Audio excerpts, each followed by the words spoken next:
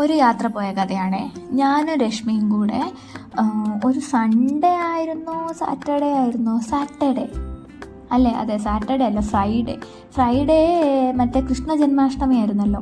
അപ്പം നമുക്ക് ഉച്ച വരെ പരിപാടി ഉണ്ടായിരുന്നു. അപ്പം നമ്മൾ വൈകുന്നേരം ഒന്ന് പുറത്ത് കറങ്ങാൻ ഇറങ്ങി കേട്ടോ. കുറച്ച് പ്ലാൻസ് ഉണ്ടായിരുന്നു. ഫസ്റ്റ് വൺ കൂലി സിനിമയ്ക്ക് പോവുക, സെക്കൻഡ് വൺ അങ്ങനെയൊന്നുമില്ല, കൂലി സിനിമയ്ക്ക് പോകാന്നുള്ളതായിരുന്നു. അപ്പം 4 മണിക്കാണ് ഷോ. പക്ഷെ ഞങ്ങളൊരു ഉച്ച കഴിഞ്ഞപ്പോൾ ഇറങ്ങി. നമ്മളിവിടുന്ന് ഇറങ്ങുമ്പോഴേ അവർ ചോദിക്കുന്നുണ്ട് 4 മണിക്കുള്ള ഷോയ്ക്ക് ഇപ്പോഴേ പോകുന്നതിൻ്റെ ഉദ്ദേശം എന്താണ്.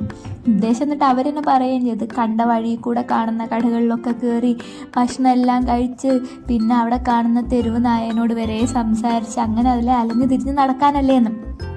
സത്യമാണ്, എനിക്കും രശ്മിക്കും അത് ഭയങ്കര ഇഷ്ടമാണ്. ഇതിൻ്റെ ഒരു വൈബ് എല്ലാവർക്കും മനസ്സിലാവുമെന്ന് എനിക്ക് അറിഞ്ഞൂടാ. പക്ഷേ വളരെ നോർമലൈസ് ചെയ്തിട്ട് ഈ അലഞ്ഞു തിരിഞ്ഞ് നടക്കുകയാണെങ്കിൽ ഉണ്ടല്ലോ അതിനൊരു രസമുണ്ട്. അതിപ്പോൾ എത്ര പേർക്ക് മനസ്സിലാവുന്നതല്ല. അവിടെ ചെന്നപ്പോൾ ഇതാ സൂപ്പർ മാർക്കറ്റിൽ കയറിയപ്പോൾ അവിടെ നിന്ന് ഞങ്ങൾക്ക് 2-3 ഫ്രണ്ട്സിനെയൊക്കെ കിട്ടി. ക്യാമറ കണ്ടപ്പോൾ അവർ ഓടി വന്ന് അങ്ങനെ പരിചയപ്പെട്ടതാണ്. പിന്നെ ഞങ്ങൾ ഇതിലേക്ക് കുറേ നടന്ന് കുറേ മിഠായികൾ കിട്ടുന്ന സെക്ഷൻ കാണുമ്പോൾ ഞാനും ഓളും അങ്ങോട്ട് അട്രാക്റ്റഡ് ആവട്ടോ. അതെന്തോ അങ്ങനെ ശീലമായിപ്പോൾ. അത് കഴിഞ്ഞതാ ഓക്കൊരു 50 രൂപയ്ക്ക് കയ്യിൽ മൈലാഞ്ചി ഇട്ട് കൊടുത്ത്. നല്ല ഡിസൈൻ, 50 രൂപയ്ക്ക് നല്ല ഡിസൈൻ, നല്ല രസമുണ്ടായിരുന്നു. അതും ഇട്ട് കഴിഞ്ഞിട്ട് ഞങ്ങൾ പിന്നെ ഒക്കെ ഒന്നും തൊടാനൊന്നും പറ്റില്ല കേട്ടോ. ഓളെ എല്ലാ കാര്യങ്ങളും നമ്മൾ നോക്കണം. അതുകൊണ്ടാണ് ഞാൻ ഇടാൻ. അല്ലെങ്കിൽ ഞാനും മൈലാഞ്ചിയൊക്കെ ഇട്ടേനെ. ഞങ്ങൾ രണ്ടാളും മൈലാഞ്ചിട്ട് ഈ ബാഗ് പിടിക്കൽ, ഷോൾ പിടിക്കൽ, ഫുഡ് കഴിക്കൽ, ടിക്കറ്റ് എടുക്കൽ പണിയാണല്ലോ. അതുകൊണ്ട് ഞങ്ങൾ എന്ത് ചെയ്തു, ഓളെ കയ്യിൽ മാത്രം മൈലാഞ്ചി ഇട്ടിട്ട് ഇറങ്ങി.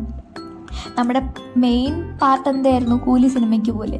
അങ്ങനെ നമ്മൾ അവിടെ എത്തി, കൂലിക്ക് ടിക്കറ്റ് എടുത്തു. തെലുഗുവാണ് കിട്ടിയത്, തമിഴില്ലായിരുന്നു. തമിഴ് ഷോ രാത്രി 10:30.